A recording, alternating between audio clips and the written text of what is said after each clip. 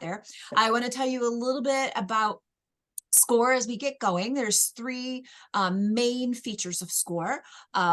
One is the webinars and workshops, the training that we offer. As you're here today, you all know all about that. I definitely encourage you to keep an eye open for those newsletters. They usually come out on Mondays, or you can go to the website and see what we have coming up. If you haven't been to the website, definitely do that. There is some great library information section there. You can download all kinds of business templates and there's blogs and all kinds of resources. I strongly encourage you to take a look at that. The most important thing that we, at least according to us and how we feel about it, is our mentoring. And our mentors are volunteers.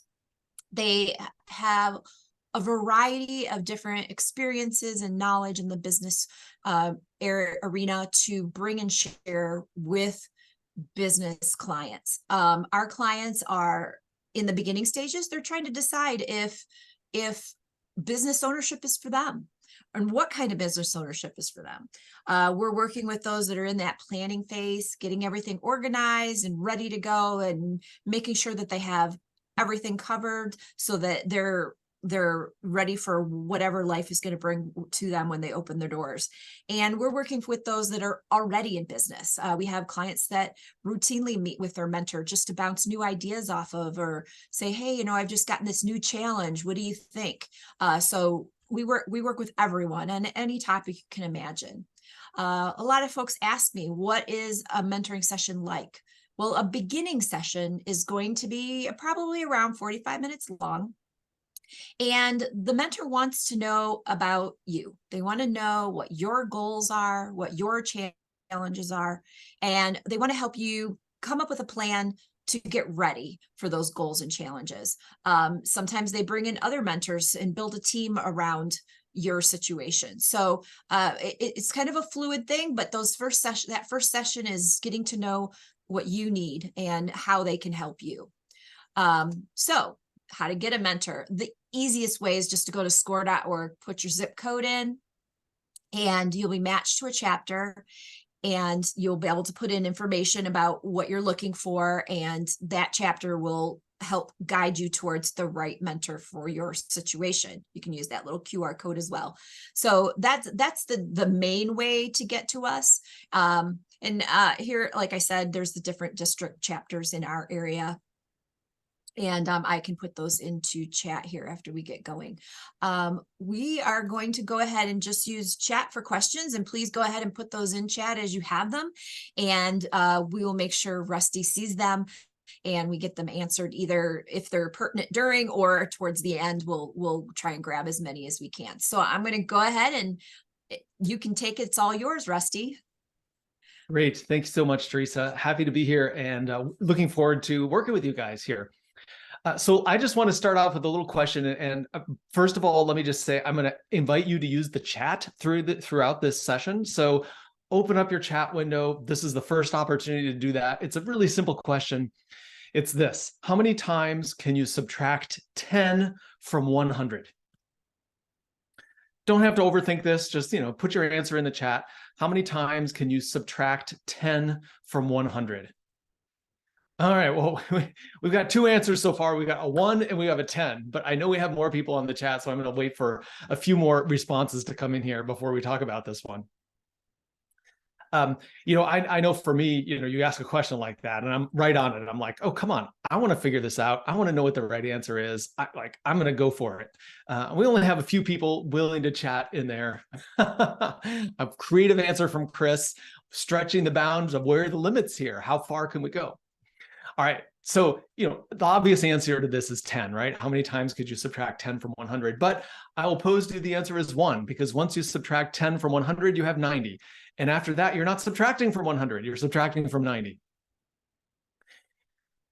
The whole point of this is just to challenge a little bit this tension or this difference between your skill set and your mindset, right? You all have the skills to do, how many times does 10 go into 100? That's not an issue. Right? But the mindset question is like, what are the constraints around this? How do I think about this? Is this a simple question? Is this a complex question? How do I approach this answer?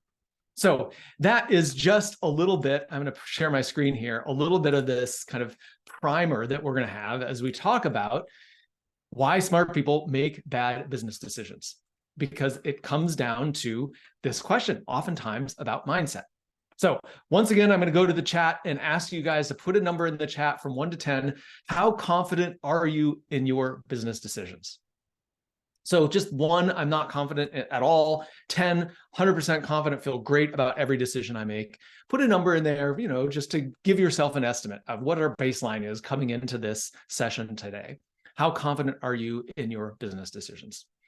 Great. So we got a couple 5s, 7, kind of in the middle of the range. Fantastic. Okay. Now, I want you to bring to mind 2 decisions. The first one is a decision from your past, a decision that you've made that was a good decision, that you feel confident about, that you feel like, yeah, that was a really good business decision that I made. So bring that to your mind first. And the purpose of that is just to reinforce that you know how to make good business decisions. You've done it in the past, you've had the experience, you've made good decisions. So you've got that capability. That's fantastic. That's the first decision to think about. The second decision I want you to think about is one that is pending now in your business. And this is a decision that we're going to work with as we go through the session today, because I don't want you to just learn something. I actually want you to practice it, because it's in the application that you become good at something. So we're going to have time to actually work on a decision in your business. So think of one. It could be a people decision, someone that you're hiring or firing in your business. It could be a financial decision around your business about investing, or some kind of financial decision you have to make. It could be a client decision about something that you have to decide around your client, or a service offering. Are you going to do this service offering, a new line of business or not? So think of some decision, and that will be something that you can work with as we go through this session together. All right. So let me just give you an outline of what I hope you take away from this time. And it's also a rough agenda of what we're going to cover. So we're going to start with what prevents good decisions, what gets in the way. Because we all know how to make good decisions. And your confidence is kind of like, in that 5 to 7 range about how consistently you do that. So we want to turn that up a little bit. So we're going to look at what gets in the way. Then we're going to look at how to make better decisions. So I'm going to give you a simple tool that you can use to help you with that. And then we're going to apply this, right? Once again, it's in the application that is, it's actually useful. Okay. So before I go on, I want to just share a little story with you about a decision that I made in my career. So just, pay attention as I tell you this, and look for the decision I made that didn't serve me well in this situation. I'm going to take you back to 2008, and I had just been promoted to the worldwide director of finance at Apple. So the iPhone was announced the prior year in 2007. It's 2008, and my job in finance is the global sales forecast. How much are we going to sell? I had come from operations, and in operations, we were a major consumer of the forecast. So I knew what all the problems were. It was my job to fix them. So I take this job, and they like me because it's the early days of iPhone. And every year I say, hey, sales this year for iPhone, they're going to go up. Obviously, they like that answer. But in all seriousness, there were 2 main parts of my role. The first was to build the forecast. And I worked with people all over the world to do this. I had a team of about 30 people locally in California, but then I worked with people all over the world who were doing the forecast for their region. And so they did not work directly for me, but they worked indirectly for me in building the forecast. So that was one primary area of responsibility. The second primary area of responsibility was to build a new forecasting tool. At this point in time, pretty much everybody used Excel to build a forecast. And we wanted to build a new tool that would help with consistency and efficiency and accuracy. You could imagine all the benefits we would get from it. So that was the 2 main areas of my job. About a month after starting in my job, the local finance people came to my boss and said, hey, we think the forecasters for this region should report to us and not to Rusty, just like they do in the rest of the world. I actually saw a good, valid reason for making that change, but it also meant I lost this kind of political battle early in my career, and half of my team disappeared. So that happened about a month into my job. At this point, I'm responsible for the global sales forecast and a new forecast tool, and I have no forecasters working for me.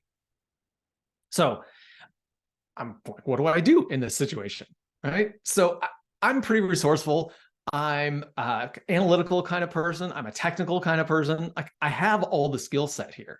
And so I figure it's on me. I'm going to have to do it. So I get to work. We work hard on the forecasting tool, and over the coming months, it takes up a bigger and bigger chunk of my time. The challenge with the forecasting tool is that every region thinks about forecasting a little differently.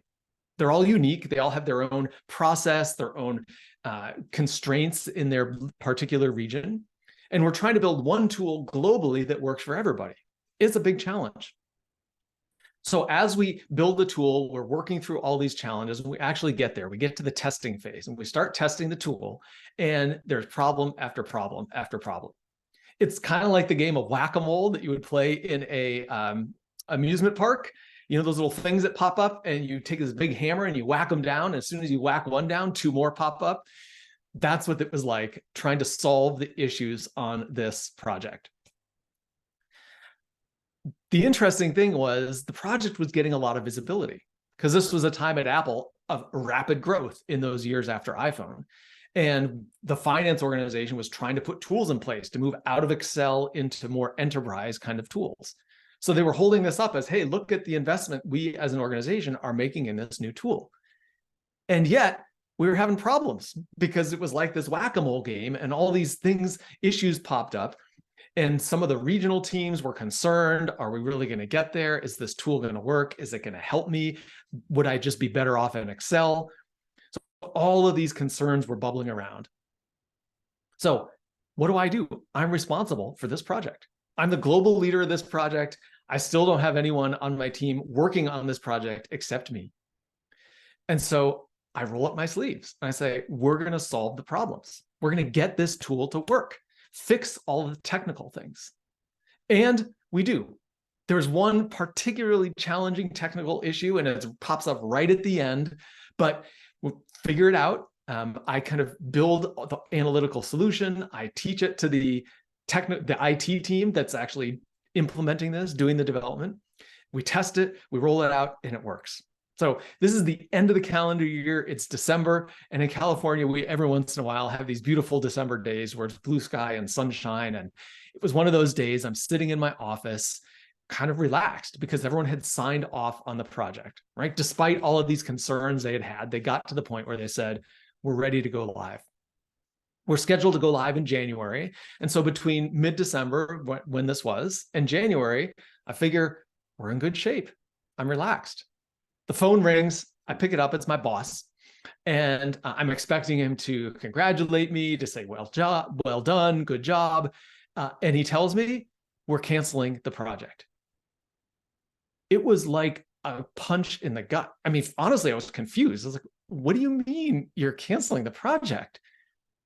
He said, there's been so much noise from all of the regional teams that have to use this. They're concerned. They're not sure it's going to get there. They're not sure about the benefit.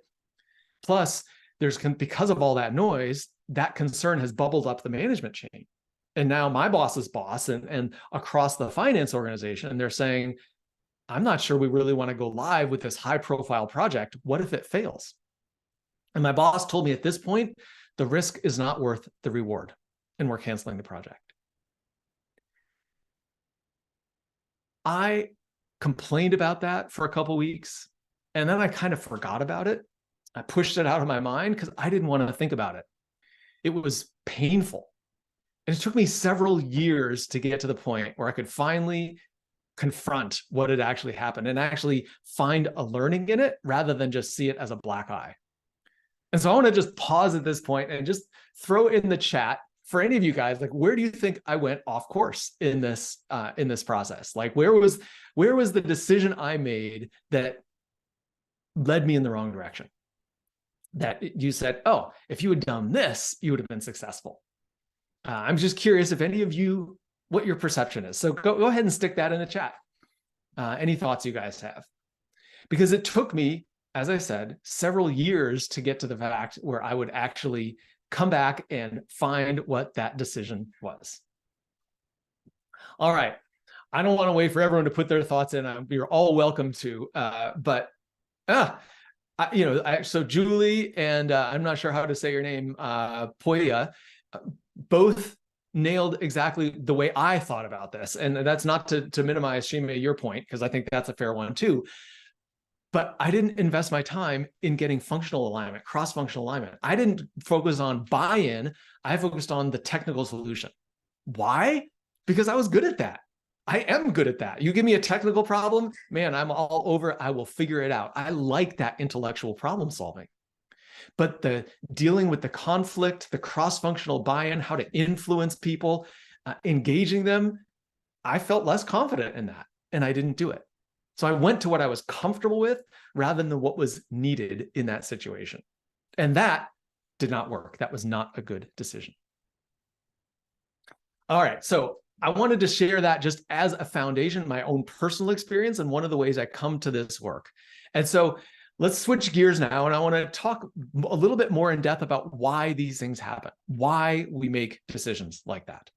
And we're going to go into a little bit of brain science. It's not heavy duty by any means, but I think it's important. It's an important foundation for how our brain works, because when you start to realize that, you can leverage it and make better decisions as a result. All right, so I want to start with a statistic that's a little bit shocking, and it's how many decisions you make in a day. This is a huge number. It's kind of shocking, as I said, 35,000. Now, if you think about 35,000 decisions a day, obviously, these are a lot of small decisions, like where are you directing your attention? For example, right now, during this talk, in this second, in this moment, are you listening to what's going on? Are you thinking about it? Are you checking your email? Are you responding to a text message? That kind of decision, where are you putting your attention? What are you focused on? That is one of these 35,000 decisions that we're making constantly every day. All right, another chat opportunity here for you. How many of those decisions do you think are conscious, are unconscious, like subconscious, automatic, habitual, things that you have? Good point, Paul. Decisions that you make without thinking about it. What percentage of those 35,000 are automatic, habitual decisions that you make without conscious thought?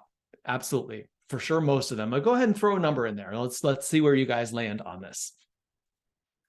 90%, 75, right? This is typical, right? I get a lot of these kind of like this, 50 to 90% is where most people, when I speak in other places, most people respond kind of in that range, 50 to 90%.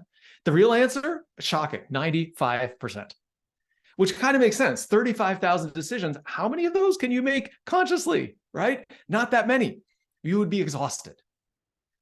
So this is one of the phenomena that's written about by Daniel Kahneman in his book, Thinking Fast and Slow. He won the Nobel Prize in economics for his work in this area. But it's not just his concept. This is a well-accepted paradigm, way of thinking about the way our brain works by neuroscientists. And it's that we have two ways of thinking. We have system one and system two. System one is intuition and instinct, and this is unconscious thinking. It's fast. It's autopilot. Think about how you drive a car. That's system one kind of thinking. You don't think about it. You just get in and go. System two thinking is your rational thinking. This takes effort. It's slow. It is logical, but it's lazy. I'll come back to that in a second. And indecisive, because it's hard to rationalize your way to a decision. The lazy point here is important, because your brain uses 20% of the energy that your body produces.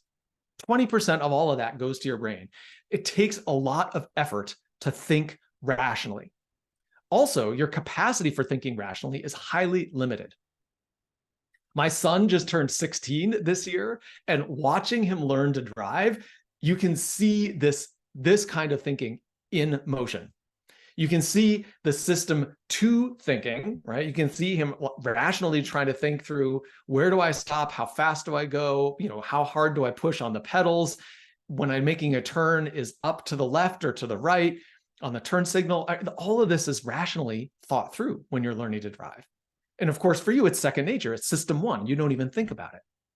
And what your brain is really good at is automating, is moving things from system two to system one. Any kind of decision that you make on a routine basis, your brain says it is too much energy to rationally think through this decision. So it moves things from system two to system one. That's why system two is inherently lazy, because it takes a lot of energy.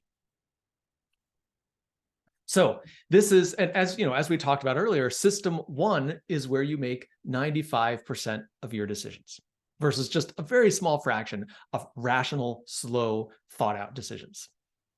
So this can play out in a couple of different ways. So I want to talk about behavioral things and beliefs, because both of them are these system one kind of ways of thinking. So habits, these are behaviors that we have.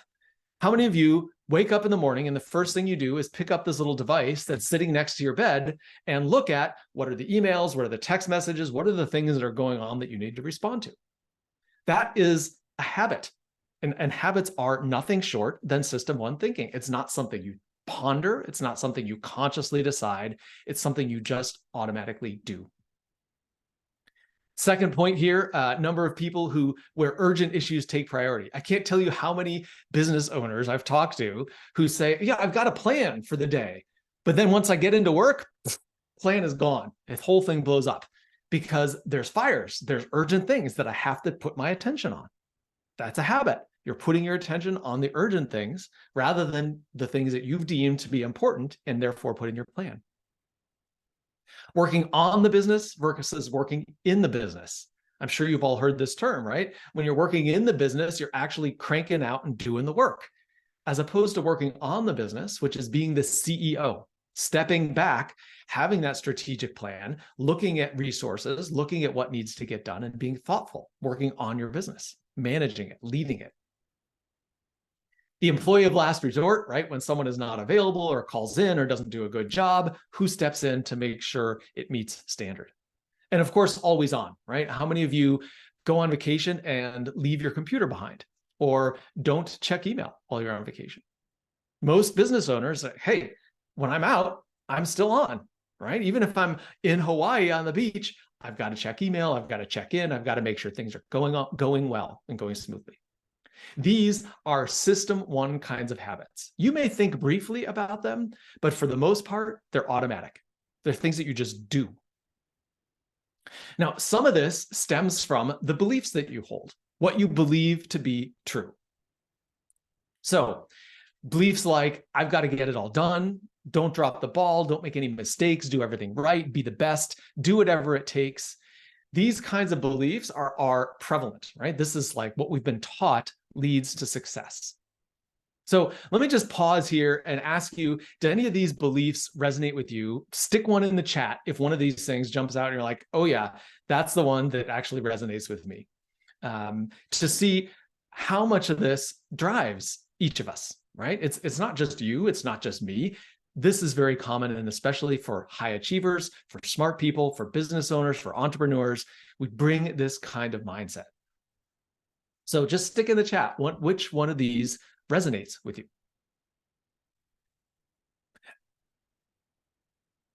Get it all done. Indeed.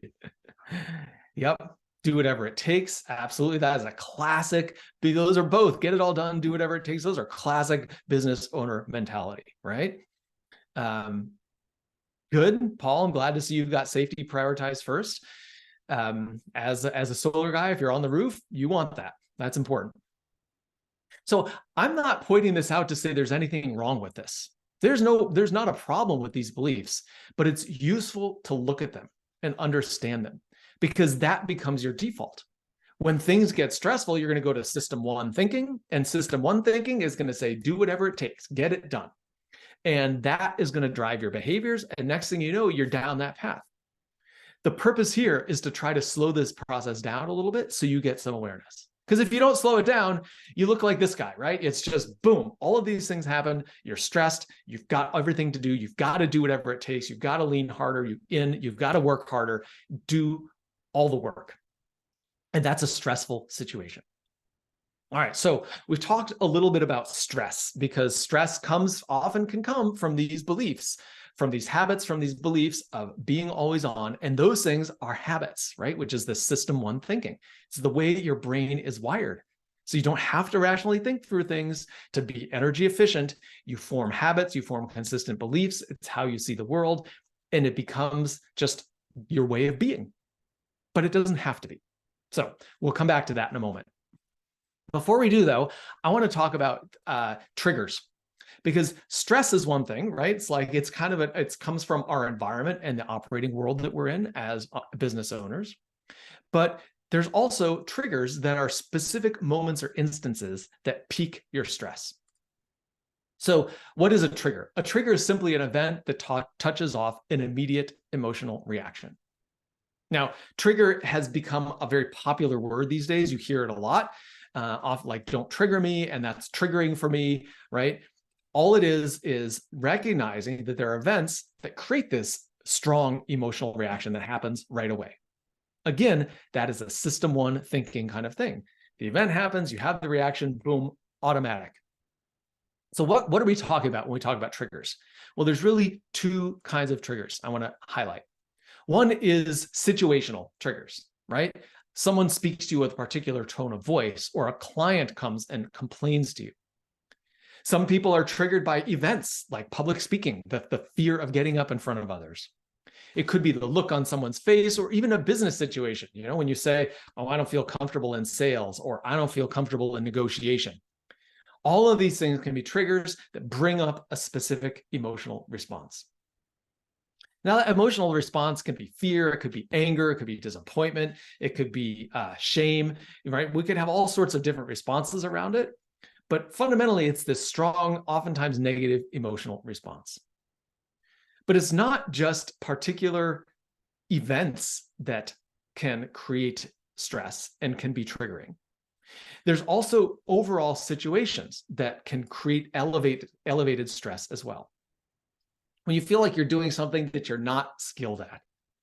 Rushing or urgency is a great one, right? When you're rushed, when you're urgent, you don't have time, you're not thinking clearly, you're just going forward to try to get whatever it is that you need to get done to get where you need to go because you're in a hurry.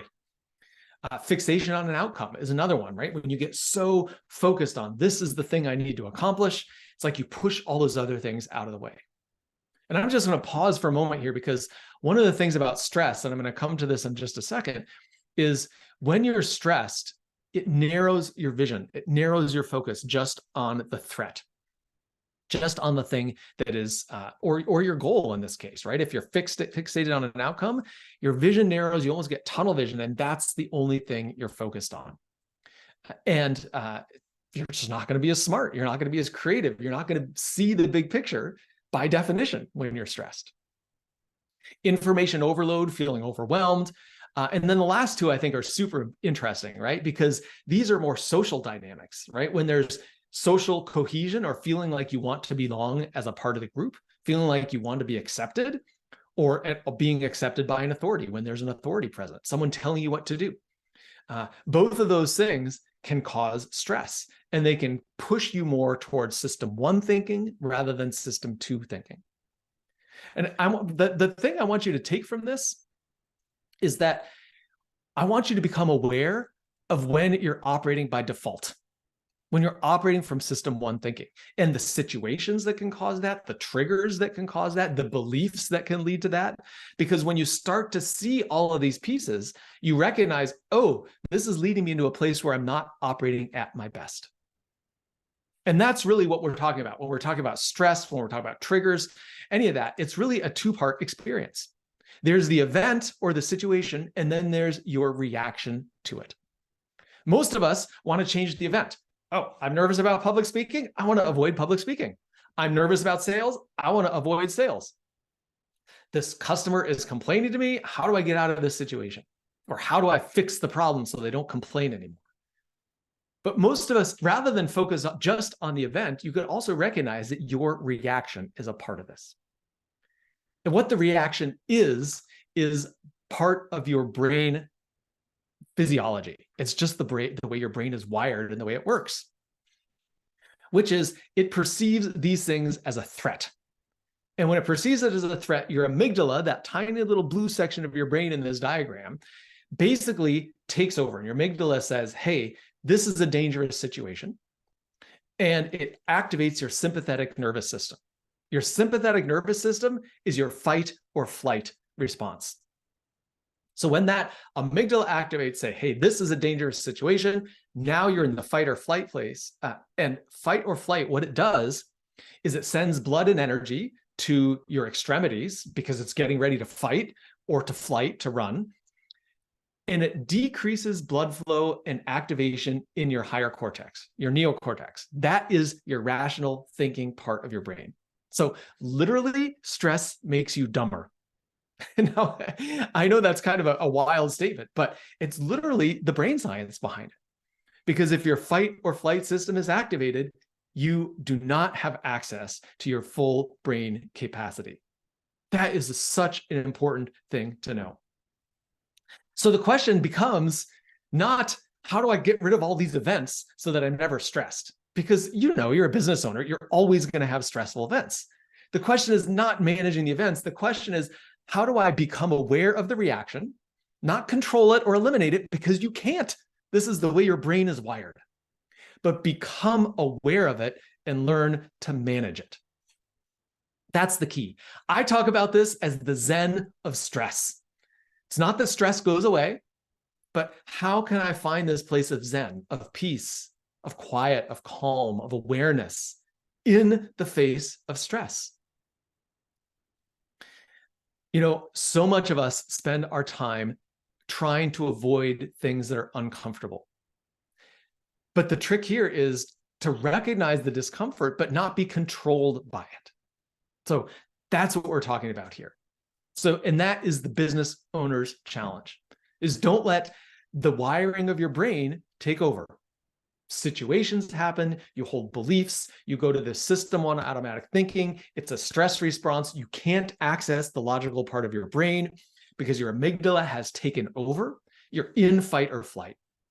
So you go to these system one kind of immediate habitual reactions, like I did in my project. I was stressed because it wasn't going well. And what did I do? I went to my strength.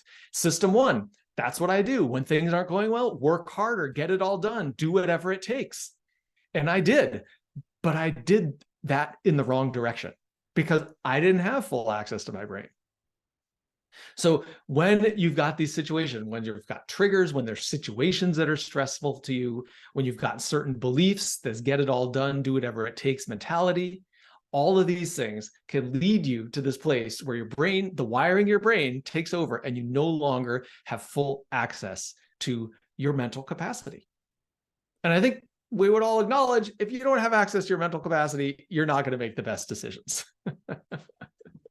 All right. So that covers this first piece, what prevents good decisions. So I'm going to just pause once again and ask you to reflect in the chat, what is something that you took from this first section? Like for you personally, what is something that you recognize, hey, I learned something, or this is a habit I have, or a belief I have that may not serve me well, that leads to stressful situations, that leads me into this place of fight or flight, and prevents me from making good decisions. So go ahead and put something in the chat, because another brain science piece, the process of reflection, the process of thinking about what am I learning from this and taking from this and encapsulating it, writing it down and saying, these are my takeaways, that reflection process increases your retention. So you're going to take more out of this session if you take a moment to just reflect and say, what did I learn from this? And what am I going to carry forward with me? All right. Got a couple of you put that in there. I encourage you, the rest of you, we're going to keep going, but I encourage the rest of you to go ahead and put a reflection in here, because this will serve you. All right. We're going to get to the next part, how to make better decisions, but we're going to take a little break to do something that's both fun and also kind of instructive. And this is what I call the numbers challenge.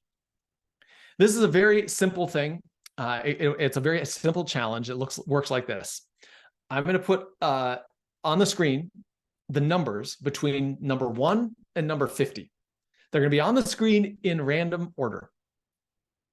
So you're going to have to find, the challenge is this: find the number 1 on the screen.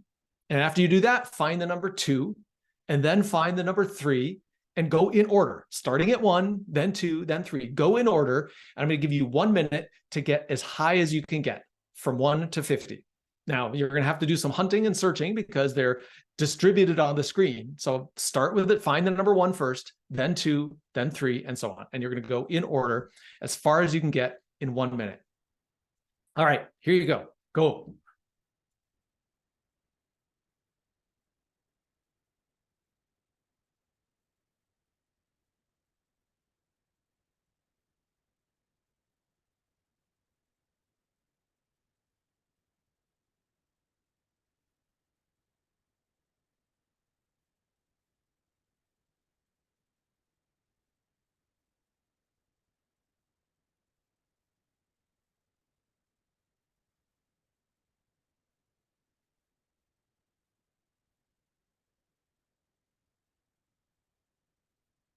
Plenty more seconds left.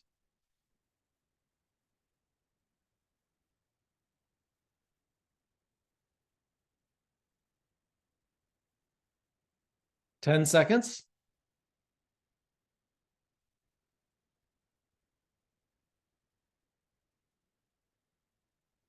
All right.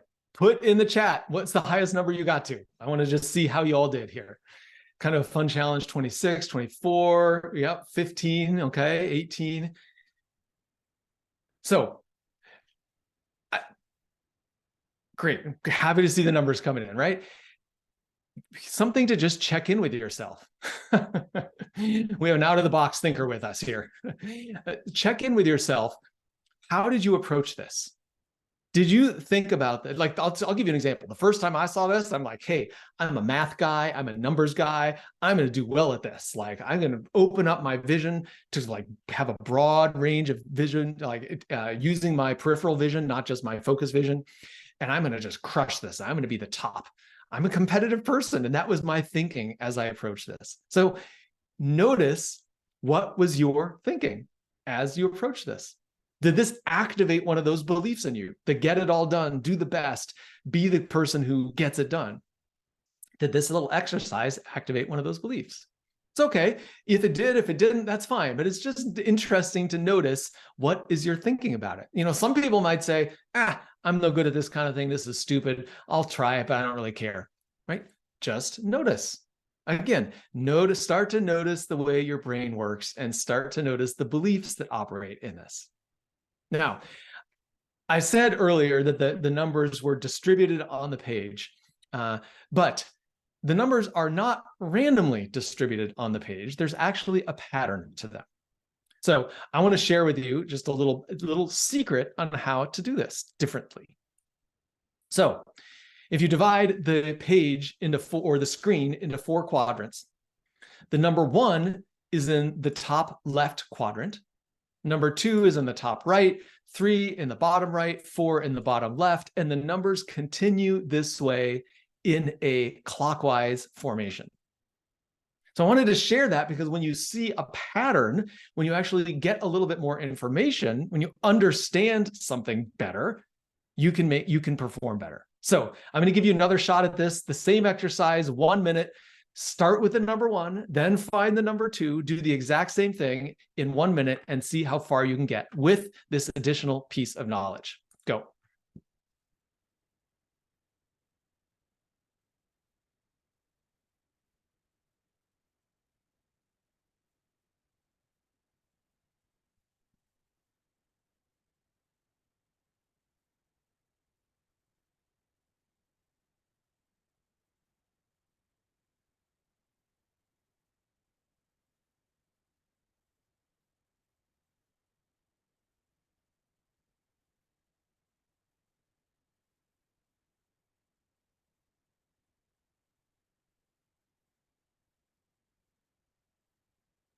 Twenty seconds left.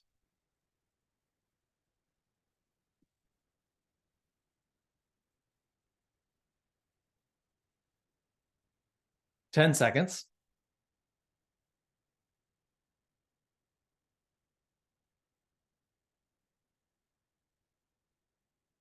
All right, that's it. And so the question this time is, did you increase your score?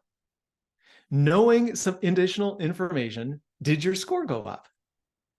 Oh, holy cow, into the high 40s. You guys are impressive. Excellent. So there's great knowledge or great takeaway from this exercise, right? If you take this from the standpoint of this is hard, I'm going to do the best I can, I'm going to crank it out, you're going to get a certain result and you'll make some progress. But when you understand things differently, you understand how it works, you see the patterns, you know the way, the rules a little bit differently, right? You're like, oh, I saw something now that I didn't see before. Your performance can increase. So that's exactly what we're talking about here. It's understanding how your brain works, understanding the patterns, understanding the habits. And as you do, your performance can increase because you understand the rules a little bit differently.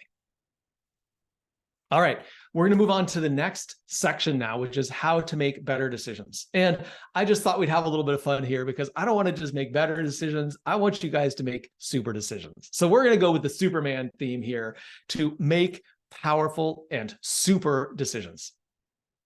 So I'm going to give you a very simple process to help you with that. And it's based on 3 concepts that all start with the letter S. The first one is space. So we talked in the first section about how stress and these habitual ways of thinking can basically make you dumber, right? Because it activates your amygdala, your thinking part of your brain gets turned down, it gets dialed down. So you literally cannot think as clearly or as well. And if you actually observe people when are in a stressful situation, I talked about the tunnel vision, their pupils dilate, they just can't see, literally cannot see as well when you're stressed. So getting space is about getting out of the stress, stepping away from the environment that's causing you stress. So if you want to make a good decision, you want full access to your brain, you want a broad perspective, you don't want tunnel vision. And one of the ways to get that is through space. So this is both physical space, because when you change your physical space, you change your feeling. There have been numerous studies that say time in nature literally reduces your stress levels. They can measure cortisol, heart rate, blood pressure, all of these indicators of stress. They all improve when you spend time in nature. So if you are facing an important decision, one of the things you can do that it can really help you is to step outside. At a minimum, step away from your desk, step away from the situation that you're in. There's actually a great article that Barack Obama wrote about decision making, and he talked about this exact same thing, because he said, which makes sense, that only the hardest decisions land on a president's desk, right? All the easy decisions are made by someone else. It's only the most difficult ones that make it to the level of the president. And so what he said is he would sit in the room surrounded by all of his advisors and listen to their advice. They would debate and all of that. And if he had the time to do this, he would then leave and have dinner with his family or go outside and go for, step outside on the patio, but excuse himself, remove himself from the situation for a few moments. And in that time is when all the ideas would gel and come back together, and he could come back with a decision. That is the idea of space. Physically changing your environment is one element. But the other element is giving yourself mental space. And what I mean by that is calming the stress response. If you can calm that stress response, you can get better access to your brain, think more clearly, and make a better decision. So I want to teach you one simple way to reduce your stress. And this is something you can do anytime. It takes very little time. You can do it anywhere as well. So this simple stress reduction technique is a breath-based technique. Once again, your breathing is a physiological element. And when you're stressed, your breathing gets shallow and it gets fast. Think about like if you were running from a saber-toothed tiger, right? It's like you're exercising, your breath is in that kind of like fight or flight mode, right? And you're breathing in a way that reflects that. If you change your breathing, it changes your physiology. It actually helps to move you from that sympathetic nervous system, the fight or flight, back to parasympathetic, which is your more relaxed, creative mindset. And physiology. So the breathing technique is very simple. I call it a 2x breath, which is you breathe out for twice as long as you breathe in. I like to do this with an inhale for the count of 3, exhale for the count of 6. And inhale through your nose, pause, and then exhale, kind of like you're blowing out a candle through your mouth, and slowly for the count of 6. So we're going to do that twice together right now. And just as you're exhaling, just imagine exhaling all of the stress and imagine your body relaxing. So let's inhale for the count of 3 through your nose. 1, 2, 3, and exhale for 6. 1, 2, 3, 4, 5, 6. Pause and repeat. In for 3. 1, 2, 3. Out for 6. 1, 2, 3, 4, 5, 6. And if anybody noticed anything about that, go ahead and add it into the chat. Just notice, does it change your mental state, your physical state? Because I know for me, if I breathe 2, 3, 4 times like that, it settles my whole body and I can think more clearly. So I wanted to leave you with that very simple technique. This is about getting space. Oh, Paul, get back in your chair. We got some more to cover. All right, so that's the first S, giving yourself space, physical space, mental space. The second S is simplicity. Because most of us overcomplicate our decisions. We focus on, well, what if this and what if that, and what is this person going to think, and what is the follow-on effect of this, and so on. We get so wrapped up in all the strings that are attached to a decision that we make it very hard to make a decision. One of the psychological principles that psychologists talk about, which contributes to stress, is this idea of a locus of control. And if you have an external locus of control, it means that control is somehow outside of you and you cannot control things. And if you're trying to manage other people's perceptions and what they think and all of the different ramifications of your decision, it's impossible, right? There's always some degree of a decision and the implications of a decision that are out of your control. Whereas it's pretty clear that all the psychological studies say that one of the most empowering things you can do is recognize an internal locus of control, meaning you own the decision. And if you own the decision, you can feel calmer about it and you can move forward and make that decision. So the idea of simplicity is not to worry about all of the different factors. Of course, you want to consider the implications of your decision, but don't get wrapped up in it. Simplify it down to what is it that you believe is the right next step. One of my clients was working in a small company, and this company had been back and forth on vacation policy. And, who can get what vacation, and too many people on vacation at the same time. And so they were rolling out a new policy. This guy's, I'm going to call him Charlie. Charlie's peer was responsible for designing that policy.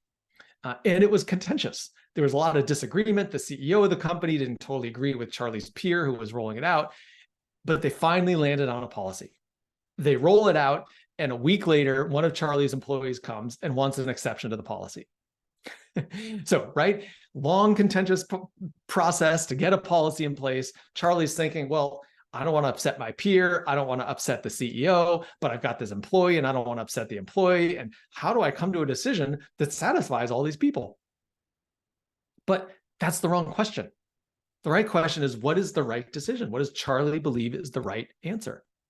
So simplicity is about tuning out all of these different factors that we can get caught up in and boil it down to what do you believe is the right decision. That's simplicity. So incidentally, Charlie said, look, this is our new policy. We're sticking with it. Last S, the third one, is success. So assume that you will be successful. And in fact, come from the mentality that you believe you'll be successful. Here's the issue. Most of us, when facing a decision, we're standing here and we're looking at the other side of the decision. Once the decision is made and implemented, and we're looking at all of the problems between now and there. We're like, okay, well, I'm here, but if I decide to make this change, this is going to happen, and I got to tackle this, and this is going to be a problem. And we're looking at all of the issues. So you're focused on problems. The idea of success is to believe that you will be successful. Like, it doesn't mean that these problems don't exist, but focus on the success. Focus on the possibility instead of the problems, right? We tend to focus on the gap between where we are and where we want to be, rather than saying, what is the potential of where we're going to be? The problem with focusing on all the problems instead of the possibilities, instead of assuming success, is that it delays your decisions. And so there's a risk of inaction, and the risk of inaction is high. So I take inspiration from my dad, who used to say, I may not always be right, but I'm always certain. I'll tell you, as a kid, I hated that phrase because it was intimidating to me. But he said, I may not always be right. I may not be right, but I'm certain, at least certain enough to move forward. And I'm assuming that it will be successful, and I can always adjust along the way. So space, simplicity, and success. Before we move on, that covers how to make better decisions. Put in the chat which one of these things stands out to you. Which one could you lean into more to help you make better decisions? Space, simplicity, or assuming success? Coming from a place of success. Go ahead and stick in the chat which one of those would best support you in making better decisions. I'm going to just pause a second and let you guys do that. Yeah. Yeah. Believe and trust in yourself is a different way of saying, assume that you will be successful, right? Come from that place of success. That's great, Teresa. Thank you for adding that. Excellent. All right. So I'm just checking out the clock. We're going a little bit longer than I thought, but I want to have some time for you guys to actually do the practice session here. So bring back to mind the decision that I prompted you with earlier. So what is a decision that you're facing in your business? And I want to challenge you here to think about a broad question. Don't think about what you can achieve. Don't you think about what's possible. Don't you think about what might work, but instead think about, what if this decision you make was a transformative decision? Put yourself in that place of success that is a wild success. What if this decision unlocked the next level in your business, helped you get to something phenomenal? It's so easy to just focus on what we think we can do and make decisions based on, well, I'm here and I have the resources to do this, or this might be possible. Instead, think broadly. Ask yourself, what does great success look like? That is an empowering kind of question. So hopefully you've got some mental space to do this. Simplify it and assume that you will be successful. So I'm going to give you just 30 seconds now to just take some notes on this decision that you're facing.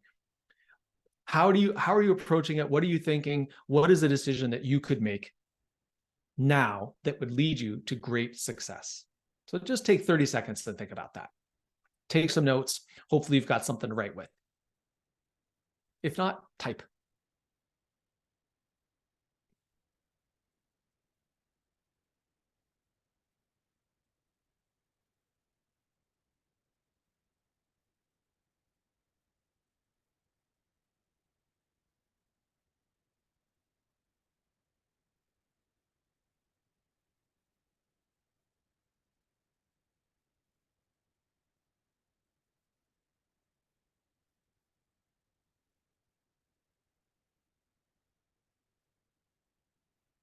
All right. Went through that piece a little bit quickly, but putting yourself in that place of success is where you get to practice that, right? You've given yourself some space, make it simple, and then imagine how grateful you would be, how happy you would be, how proud and confident you would be when you achieve wild success with this decision. And when you put yourself in that mindset, that's going to help you make a better decision. All right. I'm going to move in just a second here to Q&A, but before I do, I want to ask you, looking back at this whole session, stick in the chat, what is your takeaway? Once again, this is an opportunity for reflection for you. What is something you take away from this that can help you in your business to be more effective?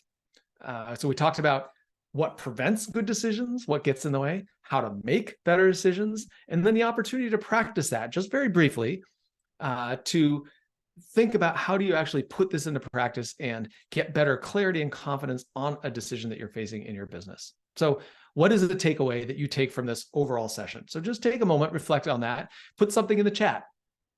What's something that you're going to take away and implement and carry forward as you move forward in your business? Go ahead and stick that in the chat. I want to see what kind of things you guys are coming away with. Nice. Julie, I love that. Right? What are the decisions? Just even the process of deciding, of figuring out what are those decisions that need active thinking time, that in itself is a decision. Am I going to give myself space and time to think about that? Martin, I love it. Dream the goal and work backwards, right? Assume that you will be successful and think big, right? So many of us limit ourselves, we constrain ourselves, we think small. So think big and work backwards. I'd love to see the rest of you guys putting in the chat. What is your takeaway? As we do, though, I want to just leave you with this quote from Napoleon Hill, which is the value of decisions depends upon the courage you have to make them. Make big, bold decisions, make super decisions, and you can accomplish them. So I'm going to just leave this last slide up, to inspire you with Superman leading for your super decisions. You've got my email here and my website on the bottom of the page. If there's a decision that you would like some help talking through, I would be happy to do that with you. Just reach out to me and be happy to bring some of these tools to bear in a deeper experience to give you more time and space to apply them and reach a good decision. So I'm happy to do that. We have 2 minutes left. So if someone has a question, pop it in the chat. Go ahead and we've got a couple minutes for Q&A if you have them. And so we're just going to move to that right now. And we're aiming to wrap up at the top of the hour. So if anybody has a question you'd like to ask, go ahead and put it in the chat. Happy to respond to that. And good for you. I want to just applaud those of you who put in a takeaway here. And for those of you, everyone who was active here, interacting, participating in this session, I just want to applaud you for investing in a new skill, right? It's so easy to think about the hard skills you need to learn in business, right? Which is, how to do marketing or brushing up your sales skills or how to use Instagram or do accounting. Like all of those hard skills are great, but if you don't make good decisions, if you don't have that, if you're not improving yourself, if you're not becoming a better person, the hard skills are great, but you don't get to leverage them. Right? It's what we're talking about here is your ability to use those hard skills and be a better person. So I just want to applaud you all for being here. If there's a way that I can support you in a decision, by all means, please reach out. I would be happy to do that. Okay. All right. And I think we are close to the top of the hour. So let's wrap. Yeah. Thanks, Rusty. I think that's fantastic. I think your presentation is it's very approachable and usable for everyone. And I know that everyone that was here got a lot of greatness out of it. So thank you all for joining us today. Have a fantastic weekend. And we hope to see you at our next webinar. Thanks, everyone.